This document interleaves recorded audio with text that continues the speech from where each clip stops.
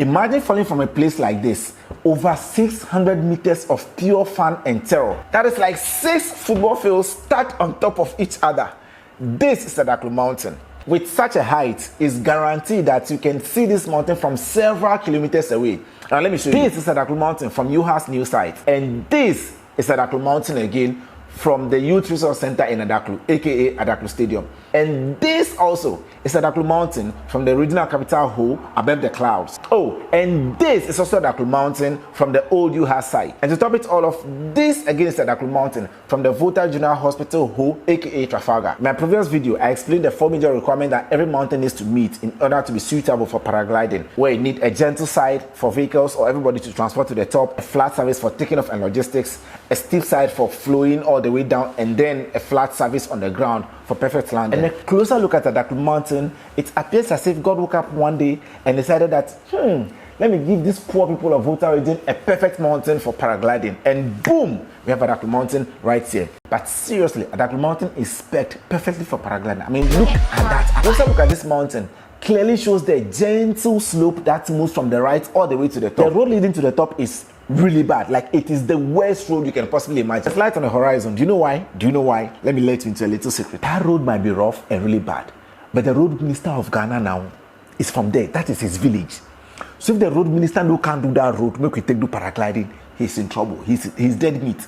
He cannot even go to his hometown anymore if he doesn't fix that road before going back or leaving power. So the road, I can almost guarantee, let's not do politics with it a little bit, but I can almost guarantee that road here, the possible say go do up. So let's just hope and pray, like, dear road minister, please get that road fixed so we can actually go and fly over that side.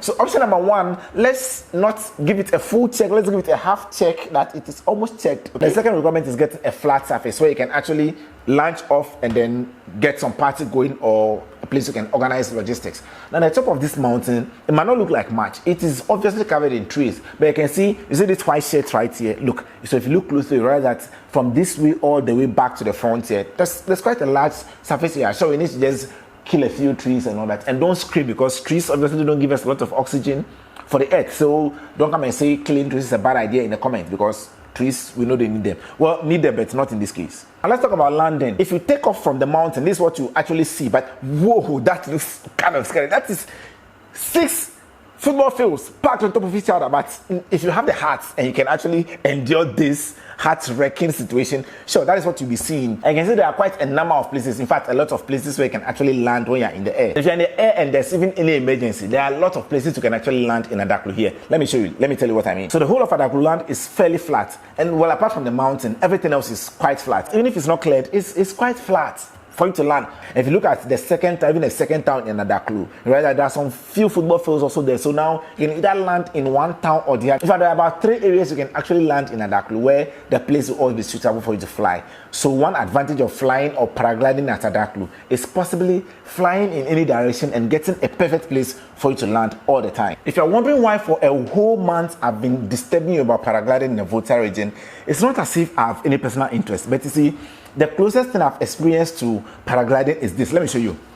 So I have this VR headset that I used to fly sometimes, and if I put it on and I'm flying, it's like I'm basically in the air. That is just me viewing the camera angle in the air with this. It's fun, it's crazy, it's ridiculous. But see, I want to believe that there will be nothing much more fun than flying in a person and being like, I just feel like it's going to feel really good. Apart from that, I rather prefer that we have so much money coming from tourism in the Volta region than maybe in the next 10, 15, 20 years we discover some mineral and then we start destroying the landscape to make money. If we have enough money coming to the Volta region through tourism, Charlie, no one will even think of looking for minerals. There's this village in Akpafu, or like there's this village called Akpafu in the Volta region, where they decided that even though we have some minerals, we're not going to mine it.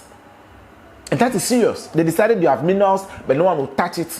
They want to maintain the landscape and keep everything beautiful. The question is, how long are they going to keep that promise? If the young people start screaming that we don't have jobs, and then there's starvation, and there's a whole lot that are not working well, over time they get tired and then just give in. But if we have enough tourists coming in, enough tourism money coming to the system, no one will bother about Galamsey, because Charlie, is possibly the worst thing. Speaking of Galamsey, I did an episode about why Volta region is the cleanest place in the whole of Ghana where there's no single influence of Galamsey. I'll link that video down below. And if you watch this video up to this point, I have something special for you. There's a free ebook or a free magazine on the tourism guide for the Volta regional capital down in the description below. It's free of charge. Go down there, download it and enjoy. We keep updating it, including videos and a whole lot of podcasts and stuff. Now, there's a bigger one on the whole Volta region where we've created a tourism guide for the whole Volta region, showing you the places you should go, what you should eat, and the fun things you can do in the whole Volta region. If you want to get details about that, as soon as it comes up, I suggest you go subscribe to the channel, and then when that comes up, you'll be the first to know. It's Double V again for Visit Volta. I'll see you when I see you. Savor.